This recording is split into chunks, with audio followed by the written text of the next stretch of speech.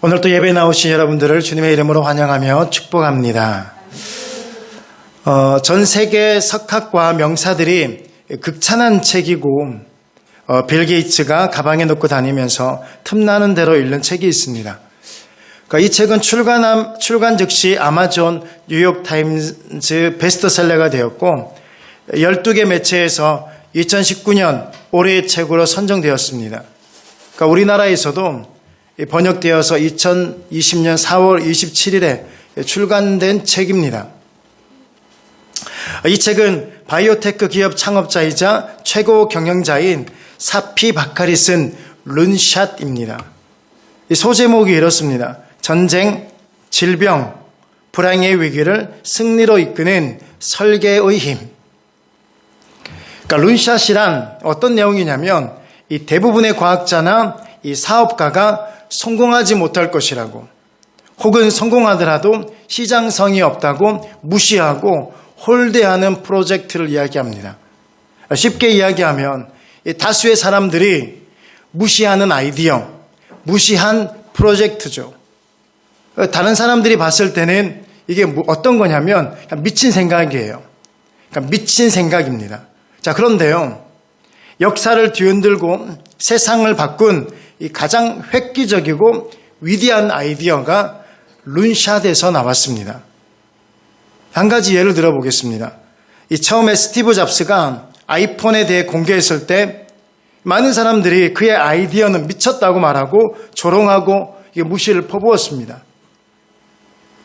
근데 사실은요, 이 스티브 잡스보다 먼저 인터넷이 가능하고 이 터치 스크린이 스마트폰을 개발한 것은요, 노키아라는 회사였습니다. 자, 그런데 이 노키아의 경영진들은요, 현실성이 없는 이 미친 아이디어라고, 말도 안 된다고 그 아이디어를 이 쓰레기통에 던져버렸습니다. 그리고 3년 뒤 스티브 잡스가 One More Thing을 외치는 프리젠테이션을 통해 이 아이폰을 출시하며 이 세계 역사를 바꾸어 버렸습니다. 이 노키아는 역사의 뒤안길로 이 처절하게 사라지고 말았죠. 그러니까 우리도 인생을 살다 보면 이 위기를 극복할 수 있는 이 미친 생각, 위기를 극복할 수 있는 어떤 그 미친 생각, 룬샷이 필요하죠.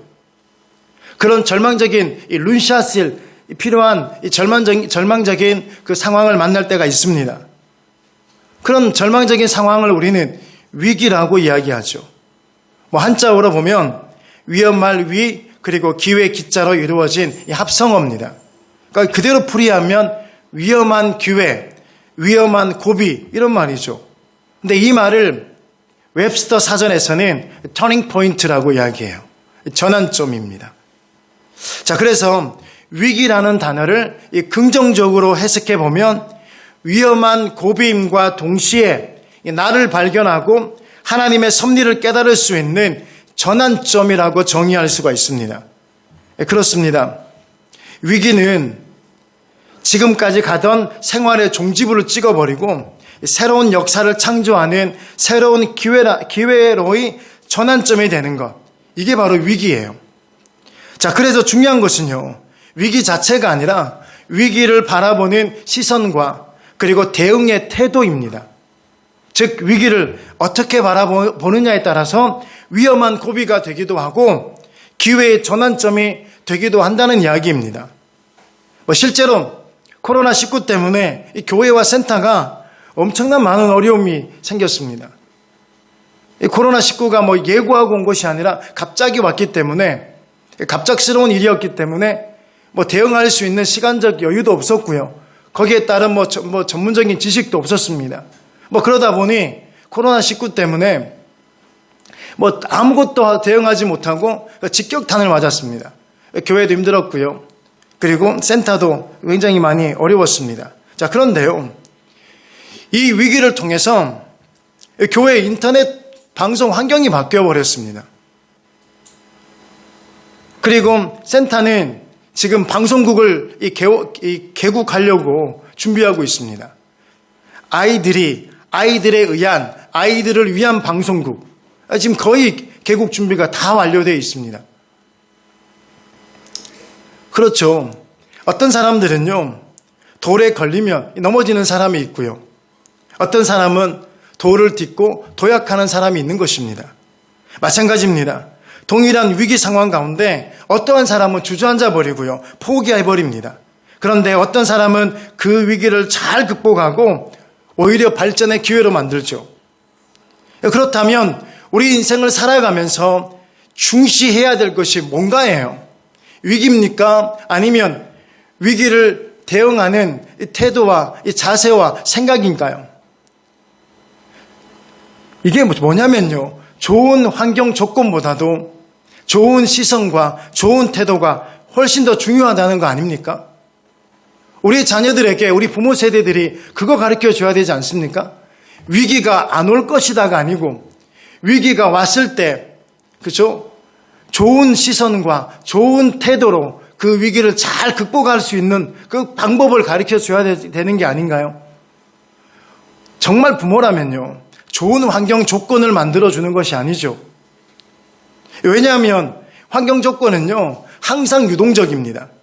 살면서 늘 좋은 환경에서만 사는 사람은 단 한 사람도 없습니다. 시시각각 어려운 일을 만나죠. 예외가 없습니다. 빈부귀천, 남녀노소를 막론하고 누구에게나 근심이 있고 그리고 걱정이 있고 고통과 환란이 닥쳐오는 것입니다. 그냥 그 종류와 정도만 차이가 있을 뿐 다 마찬가지 아닌가요? 자, 그런데 대부분의 사람들은 이런 어려운 상황을 만나면 낙심하고 절망하고 원망하고 불평하죠. 이게 본능적 반응입니다. 마치 조건 반사와 같은 거예요. 이 본능적 반응이 대부분의 사람들이 가지고 있는 겁니다. 이 상황이 조금 좋으면 헤헤거리다가 좀만 나빠지면 금세 인상을 찡그리는 그런 식이죠. 이 대부분의 사람들이 일희일비 그렇게 하죠. 그런데요, 이런 식으로 살아서는 결코 행복할 수도 없고 인생을 승리할 수도 없는 겁니다. 자, 우리는 한 단계 도약하는 신앙적 반응을 보일 수 있어야 될 줄 믿습니다. 자, 이를테면 그런 거죠. 걱정과 근심이 있어도 낙심하지 아니하고 긍정 해석하고 감사하며 극복하는 믿음의 모습, 이게 바로 신앙적 반응입니다. 자, 이런 신앙적 반응만 갖추기만 하면 혹시 우리 앞에 캄캄한 위기가 닥쳐온다 할지라도 넉넉히 승리하게 될 줄 믿습니다.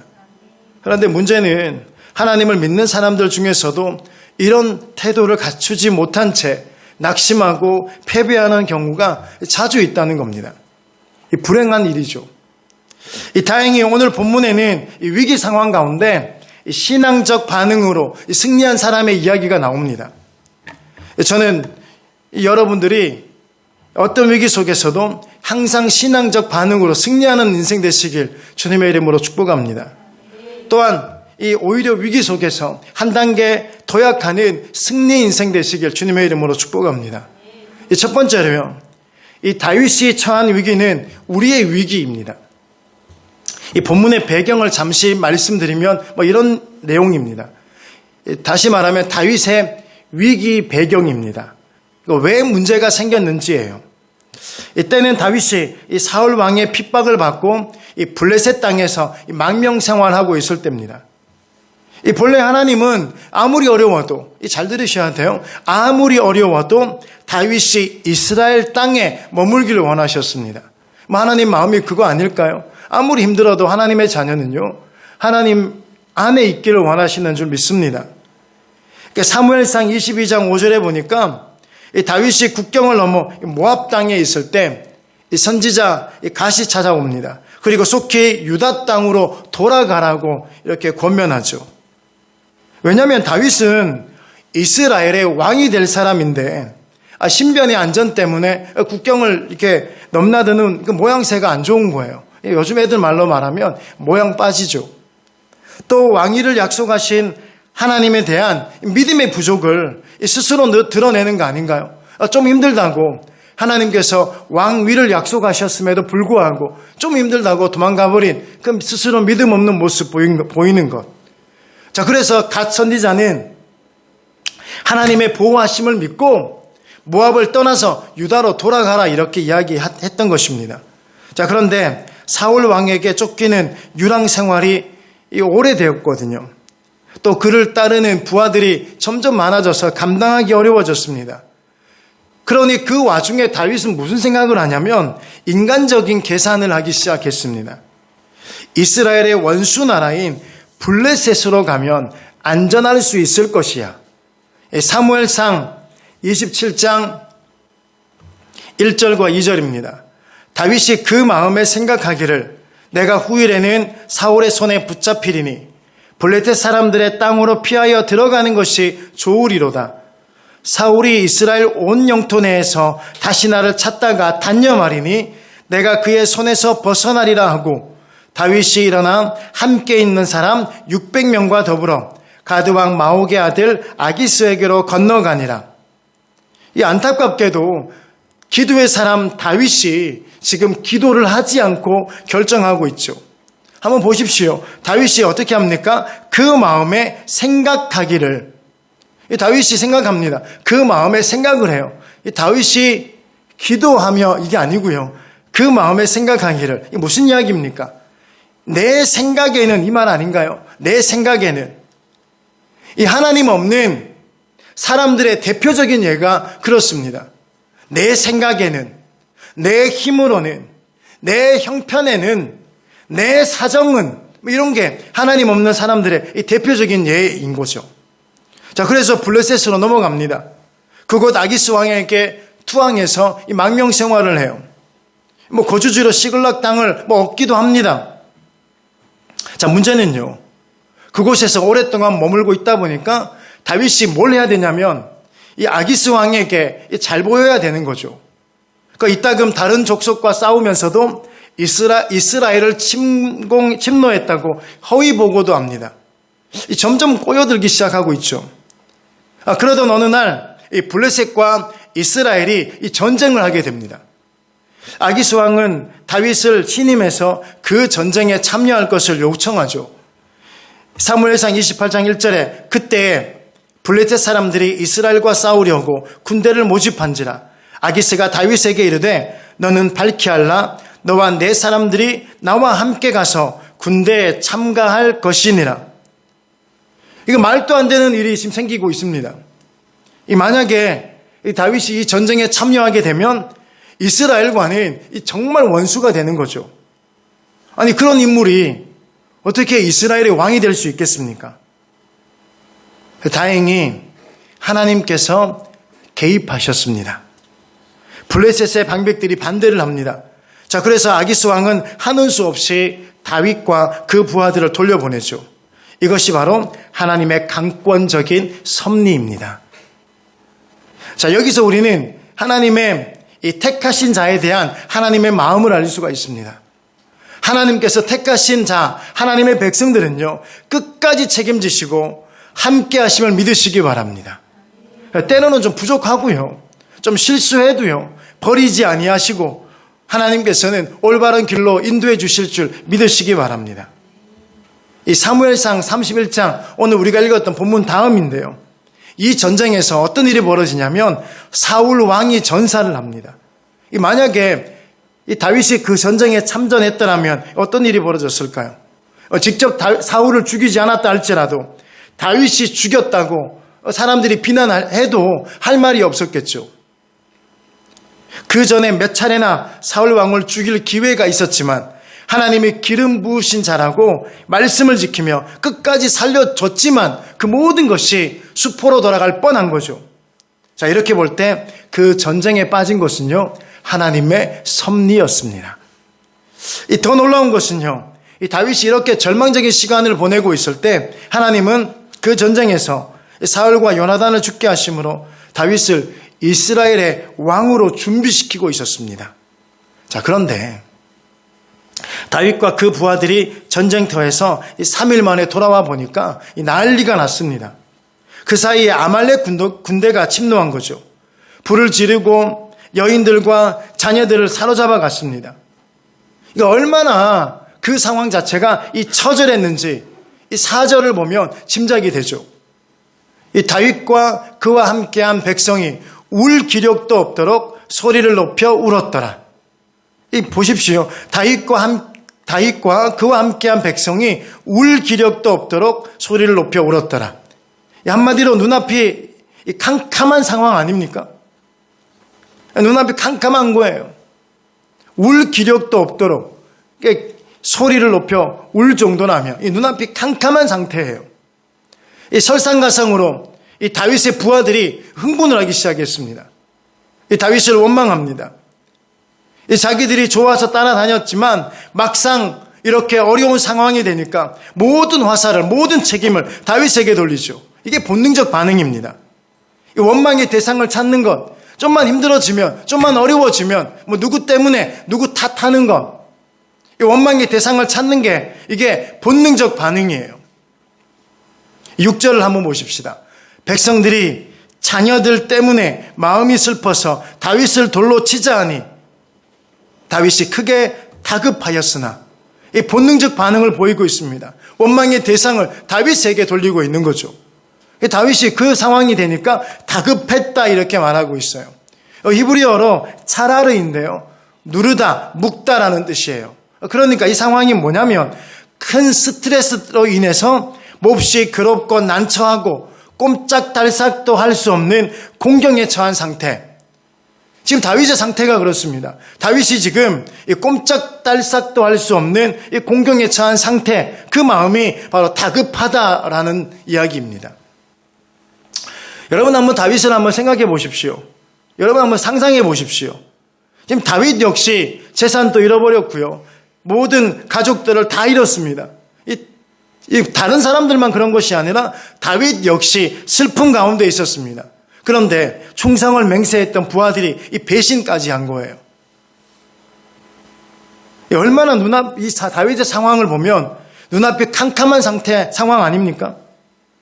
자, 그런데요, 우리도 인생을 살다 보면 이런 일이 닥칠 수 있다는 겁니다. 자, 그런데 앞서 말씀드린 대로 이 상황 자체보다 중요한 것이 있습니다. 그 위기 상황에 대응하는 우리의 태도입니다. 이 태도에 따라서 이런 괴롭고 힘든 상황이 그저 괴로움과 절망과 실패로 끝나고 말 것인지 아니면 발전기적인 기회로 승화되느냐, 이 태도에 따라서 판가름 나는 것입니다. 이 절망적인 본능적 반응을 할 것인지 아니면 신앙적 반응으로 이것을 기회로 삼고 터닝 포인트로 삼고 전환점으로 삼아서 극복해서 발전적인 기회로 승화하는지는요, 바로 태도에서 판가름 나는 것이죠. 여러분, 그때 잘 보셔야 될 것이 있습니다. 이런 절망적인 상황이라 할지라도 이 다윗이 그 백성들이 이런 절망적인 상황을 만났다 할지라도 또 우리가 절망적인 상황을 만난다 할지라도요, 그때에도 여러분 희망이 있는 줄 믿으시기 바랍니다. 이게 바로 신앙적 반응입니다. 희망이 있습니다. 여러분 오늘 본문 읽으시면서요, 무슨 생각을 하셨습니까? 이 절망이구나. 여러분 내 문제가 아니니까 그렇게 깊이 생각 안 해보셨습니까? 이거 절망 아닌가요? 절망입니다. 그런데 오늘 여러분이 읽었던 것 중에서 2절, 3절, 5절에 보면 3번씩이나 희망을 이야기하고 있습니다. 여자와 자녀들을 죽이지 않고 사로잡아 갔더라 해요. 죽이지 아니하고 사로잡아 갔더라 해요. 아말렉이 침노해서 이 불타오르고 그리고 여자들과 자녀들이 다 사로잡혀간 그 상황 속에서, 그 절망적인 상황에서 울 기력도 없을 정도로 소리 높여 울었던 그 상황 가운데서도 희망이 있었다는 거예요. 그것은 바로 사로잡아 갔다예요. 죽이지 아니하고 사로잡아 갔다입니다. 여러분 그거 아셔야 돼요. 우리의 상황이 아무리 절망적이라 할지라도 그곳 가운데 희망이 있는 줄 믿으시기 바랍니다.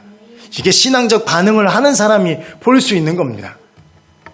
이 두 번째, 다윗의 승리는 위대하신 하나님의 승리입니다. 이 다윗은 다행히 이런 상황을 신앙적 반응으로, 신앙적으로 대처하죠. 6절 하반절에 봅시다. 하반절에 보니까 그의 하나님 여호와를 힘입고 용기를 얻었더라. 그의 하나님 여호와를 힘입고 용기를 얻었더라. 여기에서요, 믿음의 사람과 믿지 않는 사람의 차이가 나는 겁니다. 이 위기를 만나보면, 고난을 만나보면, 이 절망적인 상황을 만나보면 믿음의 사람과 믿지 않는 사람의 차이가 나죠. 그의 부하들은 단세포적으로, 이 조건 반사적으로 반응을 합니다.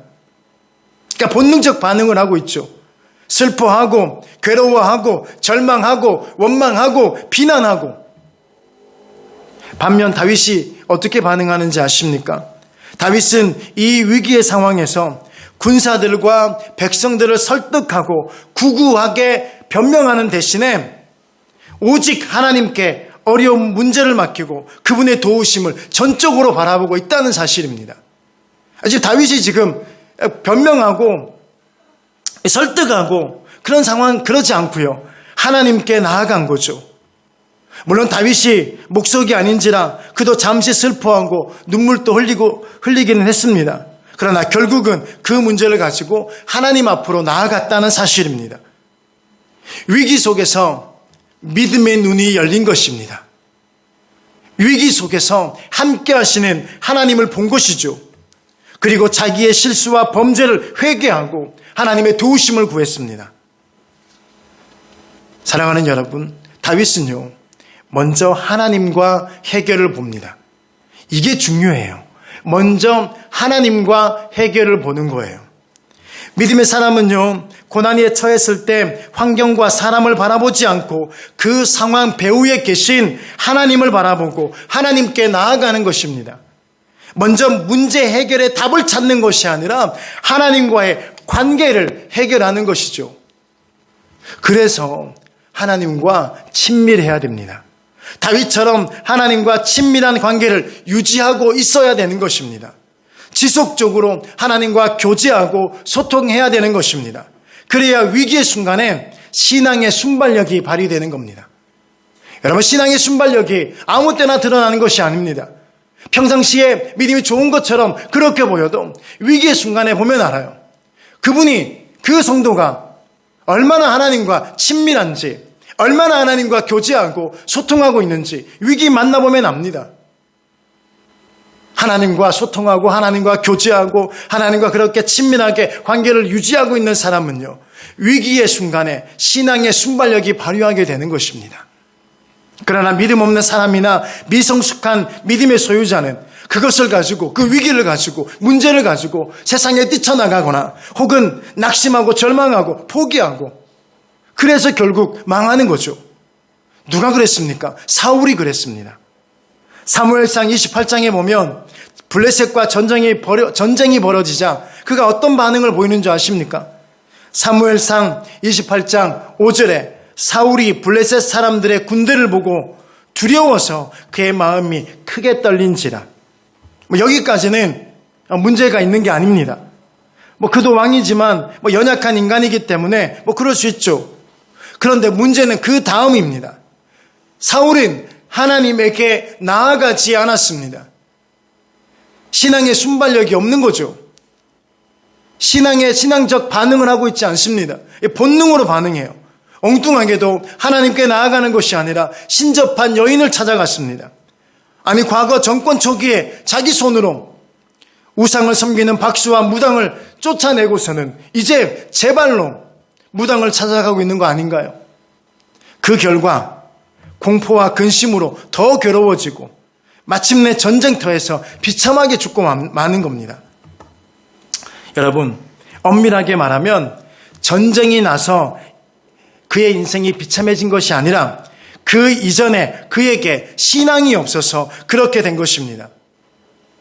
만일 사울에게도 다윗과 같은 아름다운 신앙이 있었다면 역사도 달라지고 그의 인생도 달라졌을 것입니다.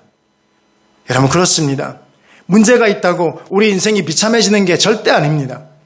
고난이 왔다고 해서, 어려움이 왔다고 해서, 절망적인 환경 때문에 우리 인생이 비참해지는 것이 아닙니다. 신앙이 있다면, 믿음이 있다면 오히려 그 문제는, 그 위기는, 그 고난은요, 우리를 더 빛나게 하는 그것이 될 줄 믿습니다. 사람이 문제가 생겨서 망하는 게 아닙니다. 눈앞이 캄캄한 현실 때문에 망하는 것이 아닙니다. 믿음 없기 때문에 망하는 겁니다. 하나님 앞에 나아가지 않기 때문에 망하는 겁니다. 사실 우리가 살아가는 이 시대 자체가 위기 아닌가요? 이럴 때 우리는 복음으로 돌아가야 되는 겁니다. 하나님께로 돌아가야 되는 겁니다. 십자가와 생명의 말씀으로 돌아가야 되는 거예요. 여러분, 폭풍이 몰려오면 닭과 독수리는요, 전혀 다른 반응을 보이죠. 폭풍이 오면 닭은 날개를 움츠린 채 숨을 곳을 찾는다고 해요. 그러나 독수리는 폭풍이 오면 이 거대한 날개를 활짝 펴죠. 그리고 폭풍에 몸을 싣고 유유히 날아올라 안전지대로 향한다고 합니다. 인생의 폭풍을 만날 때 사람도 두 유형 아닌가요? 닭과 같은 유형과 독수리 같은 유형입니다. 닭같이 날개를 움츠리고 숨는 사람이 있고요. 또 한 사람은 독수리처럼 날개를 활짝 피는 사람이 있습니다.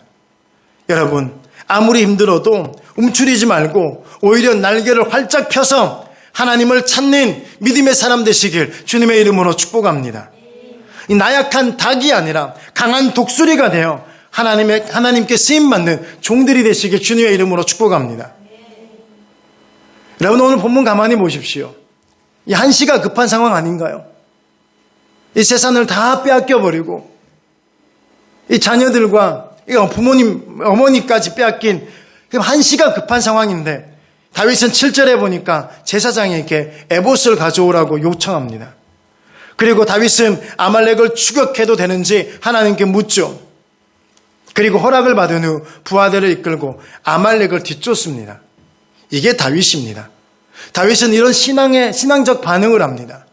그 위기의 순간에 안절부절하지 아니하고 뭔가 해보려고 인간적인 방법을 택하지 아니하고 하나님께 기도하며 하나님께 나아갔습니다. 그리고 하나님께서 말씀하신 대로 다윗은 행했습니다. 결국 어떤 결과가 나타나는지 아십니까? 하나님의 극적인 도우심으로 아말렉을 다 쳐부수고 여인들과 자녀들 그리고 이제 빼앗겼던 재산들을 다 찾아옵니다. 심지어 전리품까지 챙기게 됩니다. 사랑하는 믿음의 성도 여러분, 세상의 모든 것이 하나님의 손에 달려 있음을 믿으시기 바랍니다. 믿음은 하나님을 내 편으로 만드는 것이 아니라 내 편이신 하나님을 신뢰하는 것입니다. 믿음은 하나님의 뜻에 내 생각을 순종하는 것입니다. 그리고 하나님께서 나의 길을 아시고 인도해 주시며 일하심을 믿어야 합니다. 반드시 합력하여 선을 이루어 주실 줄을 믿는 것입니다. 하나님께서는 다윗을 승리하게 하셨습니다. 하나님께서 다윗을 승리케 하셨습니다.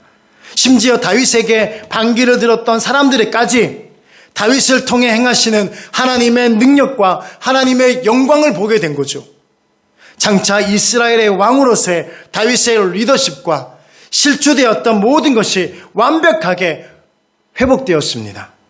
그래서 다윗의 승리는 위대하신 하나님의 승리입니다. 저는 여러분들이 그렇게 되기를 원합니다. 위기를 만났을 때 사람들이 뭐라고 한다 할지라도 하나님께서 여러분들을 회복시키셔서 하나님의 승리가 여러분의 승리가 되기를 주의 이름으로 축복합니다. 말씀의 결론 내릴게요. 믿음의 사람들은 위기를 만나도 사람과 환경을 원망하지 않습니다.